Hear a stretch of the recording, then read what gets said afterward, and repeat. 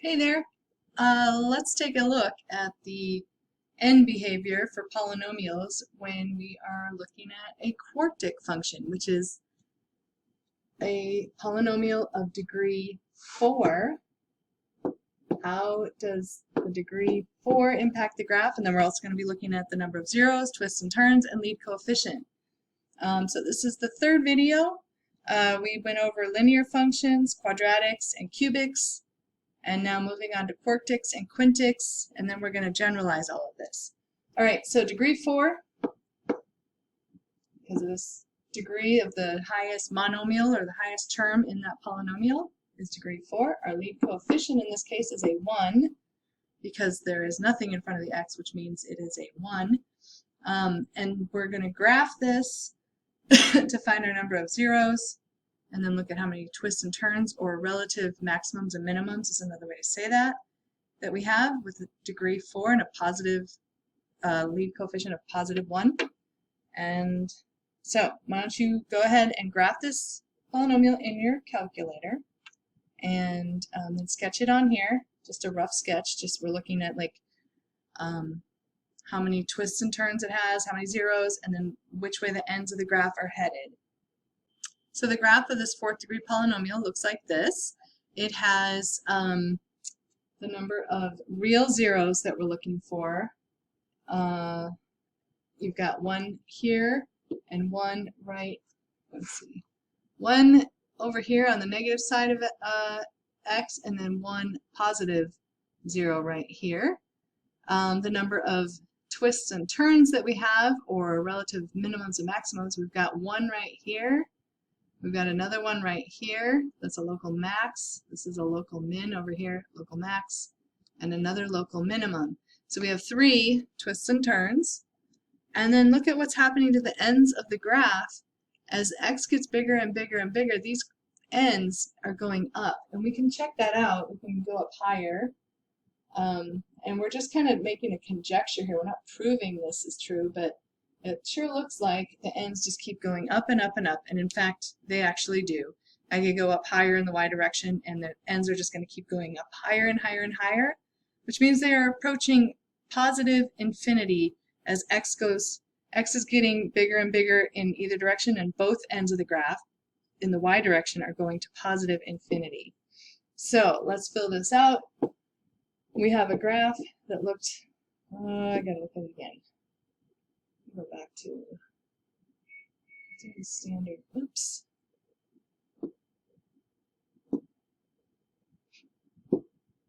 Zoom standard window, which means it's going from -10 to 10 in both the x direction and the y direction. So we have like a W looking shape here, and it's, oops, looks something like this. Again, we're not concerned so much about the actual y values, but just the general shape of the graph. So the number of zeros, the number of real zeros is 2. I should have written real zeros there, because imaginary zeros will not be x-intercepts, but the real zeros will be x-intercepts. The number of twists and turns, we had 1, 2, 3, or local minimums and maximums. And the end behavior, which is one of the main things I want you to get out of this, is what is happening to f of x, the y values, as x gets bigger and bigger in the x direction. So like as x goes out this way, what's happening to the y values? Are they going up or are they going down? And they are heading upward. So the answer to all of these end behavior for polynomials is either infinity or negative infinity. The y values are going to go up forever or down forever, depending on the degree of the polynomial and the lead coefficient. On the other side, as x is going towards negative infinity, these y coordinates are also going up to positive infinity. So,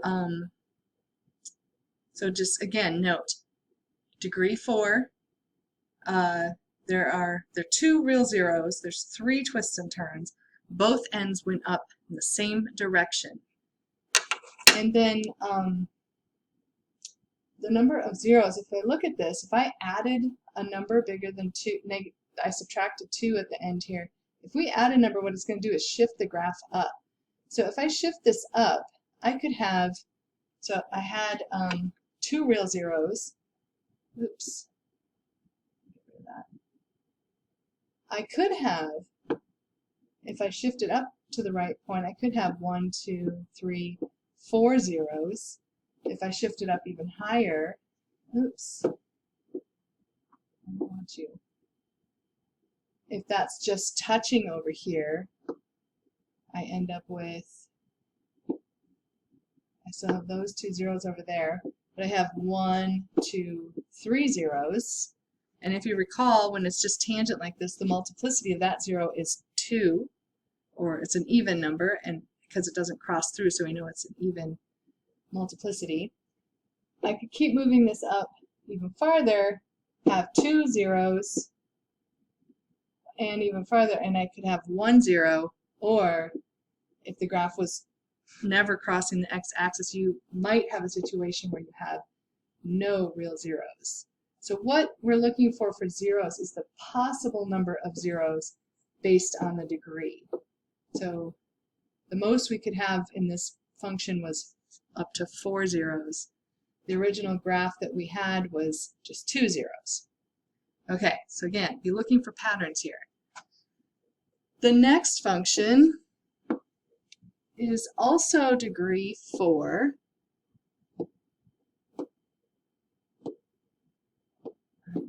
Here, degree 4.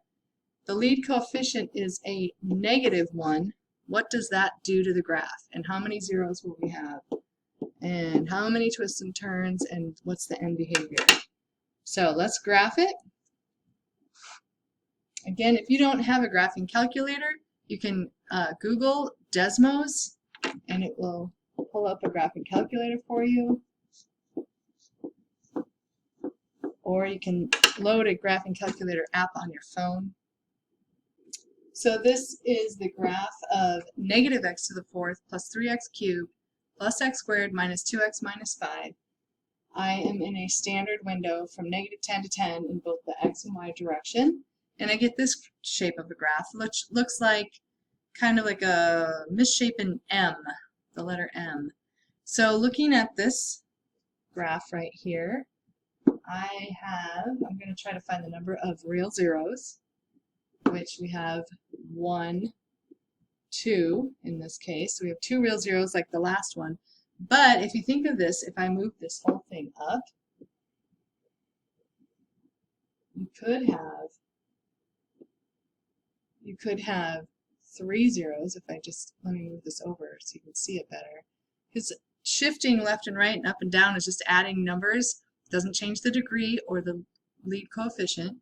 So I could have up to, so the original had 2 zeros. This has 3 because I have one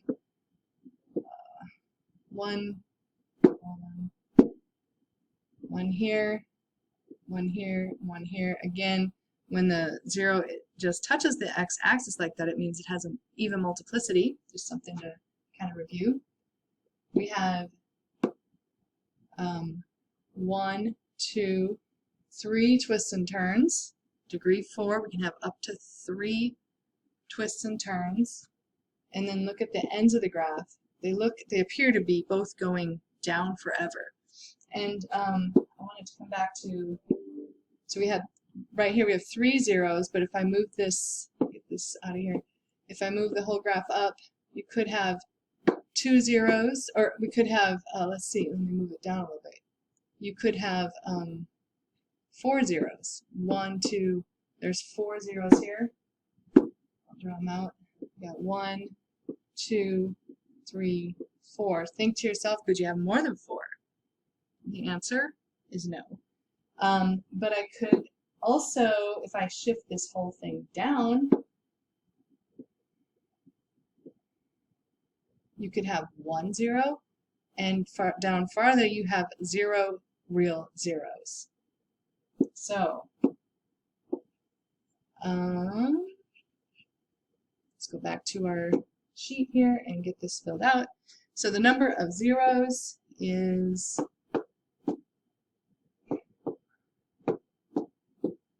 on our graph Just to look at it again, it looks something like this.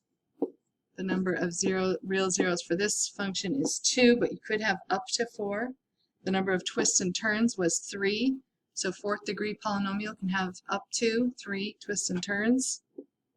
And the end behavior, as x goes out farther, the y values are going down forever, so the f of x, or the y coordinates, are approaching negative infinity as x goes towards positive infinity. And as I go this way, same thing, the y coordinates are going to negative infinity as x goes to negative infinity. So the ends are going in the same direction for this even degree polynomial. I want you guys to do the quintic. Come back when you're done, check to see if you're getting all the right answers here, but try to do it on your own. Alright, so for the one on the left, positive x to the 5th minus x to the 4th minus 6x cubed plus x squared plus 6x. The degree is 5, the lead coefficient is 1, there are 5 zeros. Notice 5th degree, it has 5 zeros, has 4 twists and turns. And the end behavior, the y coordinate is going towards infinity as x goes towards infinity. So as x gets bigger and bigger, these y values are going up forever. So again, remember, it's either going to be positive or negative infinity. And the other direction, as x goes towards negative infinity, the y values are going to negative infinity. So infinity and negative infinity. And now the last one. All right, so when you graph this last quintic, you get a graph that looks like this. And I drew an approximation to that right here. We have degree 5, lead coefficient is a -1. So notice the difference. This one was degree 5 with a lead coefficient of +1. Pay attention to that end behavior. There are 5 real zeros, but there could be fewer than that. But I will tell you there won't be more than that. The number of twists and turns is 4. You've got 1, 2, 3. Oops, and then that one up there, 4. No, there's more than 4. Well, you got to come and be in the video if you're going to be here. No, there's more than 4. She's lied to you. There's not more than 4. There's only at the most 4 for a 5th degree polynomial. What you got? You're rocking out there. Well, this is my new computer. I was telling your daughter I don't own a computer. So I finally bought one and brought it in, and George set me up. All right, so I don't know where I was when Mr. Hemstock came in. But anyway, we have 4 twists and turns. I think I already went over that part. And it's a 5th degree polynomial, up to 4 twists and turns. And our end behavior flip-flopped, notice this. And it has to do with this guy right here. A -1 lead coefficient made the ends of the graph go the other direction. Remember, with parabolas, it faces up when that lead coefficient was positive, down when it's negative. So the lead coefficient is going to make those ends go in the wrong, or not in the wrong direction, the opposite direction. So as we go out here, the ends, as x goes to positive infinity, those ends are going, the y values are going to negative infinity. And then conversely, as x goes this way, the y values are getting bigger and bigger towards positive infinity. All right, so the next part of this is to generalize what we just went over. So when you do this, be looking at the degree, look at the lead coefficient, and then how does it impact the ends of the graph. All right, and there will be another video going over this in a bit, but you try to do it on your own.